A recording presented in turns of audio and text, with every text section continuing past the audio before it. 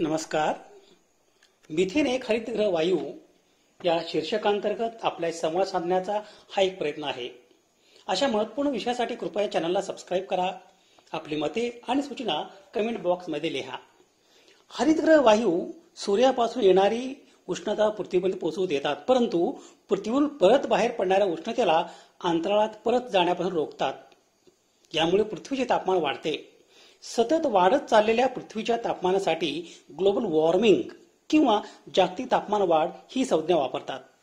हवेतील विशिष्ट वायूंच्या नैसर्गिक गुणधर्मामुळे पृथ्वीचे भूपृष्ठ आणि वातावरणातील सर्वात खालचा स्तर तपांबर यांच्या तापमानात वाढ होण्याच्या नैसर्गिक प्रक्रियेला हरितगृह परिणाम म्हणतात.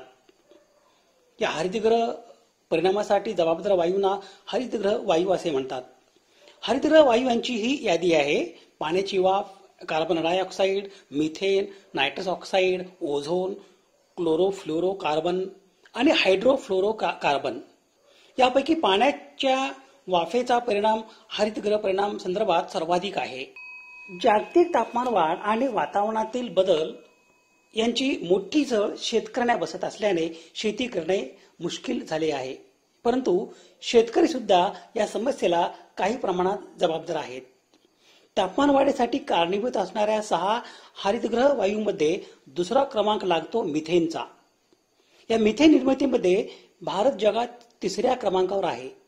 नुकत्याच प्रसिद्ध झालेल्या आंतरराष्ट्रीय अणुऊर्जा संस्थेच्या अहवालानुसार भारतात उत्सर्जित होत असलेल्या एकूण मिथेनपैकी 48% मिथेन पशुपालनावर निर्माण होतो. जागतिक तापमान वाढ आणि वातावरणातील बदल यांचा फटका सगळ्या जगाला बसतो आहे. त्यातही शेतकऱ्यांना त्याची मोठी झळ बसत आहे. परंतु शेतकऱ्यांच्या पशुपालनातील एक घटक या समस्येसाठी कारणीभूत आहेत. हे तुम्हाला ठाऊक आहे का? त्या अर्थाने पशुपालक शेतकरी या समस्येला काही प्रमाणात जबाबदार असावेत असे म्हटले तर वावगे ठरणार नाही. सभोवतालच्या वातावरणात पूर्वीपासून असलेले पण आता मोठ्या प्रमाणावर सातत्याने वाढत असलेले 6 मुख्य हरितगृह वायू तापमान वाढीसाठी कारणीभूत आहेत. त्यात दुसऱ्या क्रमांकावर आहे तो मिथेन वायू. सध्या वातावरण बदलाची जी समस्या भेडसावत आहे त्यात मिथेनचा वाटा कळीचा आहे. काय आहे मिथेन आणि तो दुसऱ्या क्रमांकावरच का? याचे उत्तर सुद्धा सोपे आहे. मिथेन हा प्राणवायूअभावी ओला कचरा कुजून तयार होणारा विषारी वायू आहे. दरवर्षी महानगरात पावसाळ्यापूर्वी जे नाले सफाई होते त्यामध्ये कितीतरी कामगार या विषारी वायूमुळे गुदमरून मरण पावतात. मिथेन निर्मिती ही जशी जैविक क्रिया आहे तशीच ती एक रासायनिक क्रिया सुद्धा आहे. म्हणूनच औद्योगिक क्षेत्रात या वायूचा मोठ्या प्रमाणात वापर होतो. मिथेन हा 6 हरितगृह वायूंच्या यादी दुसऱ्या क्रमांकावर असण्याचे मुख्य कारण म्हणजे वातावरणात कार्बन व डायऑक्साईड वायूप्रमाणे तो कायम स्थिर राहत नाही. वास्तविक कार्बन डायऑक्साईड वायूपेक्षा हा 80% जास्त घातक आहे. म्हणूनच त्याचे उत्सर्जन रोखणे हे पर्यावरण संरक्षण आणि संवर्धनाचे खरे उत्तर आहे. मिथेन निर्मितीमध्ये भारत जगात 3ऱ्या क्रमांकावर आहे. नुकत्याच प्रसिद्ध झालेल्या आंतरराष्ट्रीय अणुऊर्जा संस्थेच्या अहवालानुसार भारतात उत्सर्जित होत असलेल्या एकूण मिथेनपैकी 48% मिथेन पशुपालनामध्ये निर्माण होतो.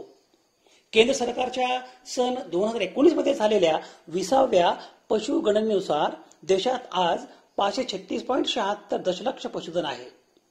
त्यामध्ये 96% पशुधन ग्रामीण भागात आहे आणि उरलेले 4% शहरी भागात आहे. यातील अजून एक वैशिष्ट्य म्हणजे यामध्ये गाई म्हशींचीच संख्या तब्बल 303 दशलक्ष आहे. 19व्या पशुगणनेच्या तुलनेत सध्याचा आकडा हा 1.3% वाढलेला. मिथेन हा एक ज्वलनशील वायू आहे. कार्बन आणि हायड्रोजन यांचा संयुग असलेला हा वायू इंधन म्हणून वापरला जातो. हे कार्बनचे सर्वात साधे संतृप्त हायड्रोकार्बन आहे. त्यास मार्श गॅस सुद्धा म्हणतात, कारण दलदलीच्या भागात अपघटनाने तयार होऊन तो बुडबुड्याच्या रूपाने बाहेर पडतो. हरितगृह परिणाम निर्माण करणाऱ्या कार्बन डायऑक्साईड प्रमाणेच मिथेन वायू हवेतील वायूचे रेणू जमिनीतून बाहेर पडणाऱ्या उष्णतेचे प्रारणे शोषून घेतात. मिथेन रेणू कार्बन डायऑक्साईडच्या 20 पटीने जास्त उष्णता. वायू रूपातील मिथेनचा उपयोग वस्त्रोद्योग, कागद निर्मिती, अन्न प्रक्रिया उद्योग, पेट्रोल उद्योगामध्ये होतो. घरगुती वापरामध्ये इंधन म्हणून वापरला जातो. इथेनॉल, मिथाइल क्लोराइड इत्यादीच्या निर्मितीमध्ये मिथेनचा उपयोग होतो. सर्व पाळीव प्राण्यांचे पालन कसे होते हा सुद्धा एक कळीचा मुद्दा आहे. अजून एक अहवाल सांगतो की गाई आणि म्हशी यांनाच आपण मुख्य पशुधन म्हणून गृहीत धरले तर त्यामधील जेमतेम 1% पशुधन मोकळ्या जागेत चरावले जातो आणि उरलेले 90% बंदिस्त आहेत. म्हणजे त्यांना बांधून उभ्या अवस्थेत चारा, प्रथिनयुक्त, तेलयुक्त आहार दिला जातो. गाय असो अथवा म्हैस असो किंवा कुठलाही चारा खाणाऱ्या पाळीव प्राणी असो, तो रवंथ करत असताना त्याच्या पोटात मिथेन वायूची निर्मिती, ज्याला आपण मिथेनोजेनिस म्हणतो, ही जैविक प्रक्रिया घडते. यामध्ये मिथेनोजेन्स जीवाणू प्राणवायू विरहित अवस्थेत हायड्रोजन आणि कार्बन डायऑक्साईड वापरून मिथेन वायूची निर्मिती करतात. ताजे गवत अथवा कुठलाही वाळलेला चारा जेव्हा जनावरांच्या पोटात घेतला जातो तेव्हा त्यामध्ये रुमेन मिसळले जाते.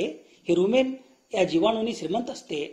रुमेन आणि चारा एकत्र आले की किण्वन प्रक्रिया सुरू होतो, ज्यामधून मिथेन वायू बाहेर पडतो. हा वायू वातावरणात प्रवेश करता जमिनीपासून उत्सर्जित होणारी उष्णता वेगाने अडण्यास सुरुवात करतो. पाळीव पशुधनाने मिथेन वायू तयार करणे हा नैसर्गिक भाग आहे. यावर नियंत्रण ठेवण्याचे अनेक मार्ग आहेत. त्यापैकी पहिला मार्ग म्हणजे या पाळीव पशुधनास मोकळ्या हवेत गायरांमध्ये चरण्यास पाठवणे. अन्न ग्रहण करताना आणि अन्नासाठी भटकंती करत असताना मिथेन तयार करण्याच्या प्रक्रियेवर नियंत्रण येते. दुसरा पर्याय म्हणजे पशुधन बंदिस्त असेल तर त्यांच्या चाऱ्यामध्ये बदल करून कमीत कमी मिथेन कसा तयार करता येईल हे पाहणे. संशोधन असे सांगते की गायरान चरणाऱ्या पशुधनापेक्षा गोठ्यात बंदित असलेले पशुधन जास्त मिथेन तयार करतात. गाई म्हशीपासून मिथेन उत्सर्जन शून्य करणे केवळ अशक्य आहे.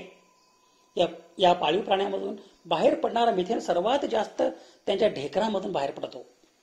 नव उद्यमी संशोधन म्हणजे स्टार्टअप रिसर्च असे सांगते की पशुधनाच्या मुखास मास्क लावून हा मिथेन त्यांच्या ढेकरातून पकडावयाचा आणि मास्कमध्येच मिथेनचे विघटन करणारे विकर टाकून मिथेन बाहेर पडताच त्याचे रूपांतर कार्बन डायऑक्साईड वायू आणि पाण्याच्या वाफेमध्ये करावयाचे.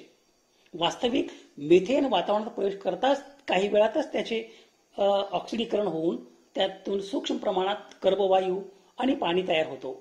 हीच क्रिया त्या मास्कमध्ये विकरांच्या साहाय्याने करावयाची आणि मिथेनचा वातावरणात प्रवेश थांबवण्यापेक्षा कमी करावयाचा एवढी साधी गोष्ट आहे. ही पद्धती मोठ्या प्रमाणावर राबवली गेली तर वाढत्या उष्णतामानाच्या राक्षसास आपण पुढील 10 वर्षे सहज थांबवू शकतो. दुसऱ्या एका पद्धतीमध्ये लहान सूक्ष्म नळी गाय अथवा म्हैस यांच्या मुखातून पोटात जेथे मोठ्या प्रमाणात मिथेन साचला आहे तेथेपर्यंत पोहोचवून तो काढून घेणे आणि तो साठवून ज्वलनासाठी उपयोगात आणणे. अजून एका पद्धतीमध्ये पशुधनाच्या मानेवर एका विशिष्ट ठिकाणी दाब देऊन पोटातील मिथेन बाहेर काढून गोळा करता येतो. पण यावर सर्वात प्रभावी उपाय म्हणजे पशुधनाच्या पोटात तयार होणारे मिथेन थांबविण्यासाठी करावे लागणारे लसीकरण. या लसीकरणातून त्यांच्या लाळेत विशिष्ट अँटीबॉडीज तयार होतील. गाय सतत चरत असते आणि घास गिळत असते. अशा प्रत्येक घासाबरोबर लाळेमधील या विशिष्ट अँटीबॉडीज पोटात जातील आणि रुमेनच्या संपर्कात येतील, जेणेकरून तेथील जीवाणूंना मिथेन तयार करण्यापासून रोखले जाईल. यावर अमेरिका आणि हॉलंडमध्ये यशस्वी प्रयोग सुरू आहेत आणि या शतकाच्या अखेरीपर्यंत ही लस सर्वत्र उपलब्ध होईल अशी खात्री आहे. शोध संदर्भासाठी ही यादी आहे. अशा महत्त्वपूर्ण विषयासाठी कृपया चॅनलला सबस्क्राईब करा. आपली मते आणि सूचना कमेंट बॉक्समध्ये लिहा. धन्यवाद.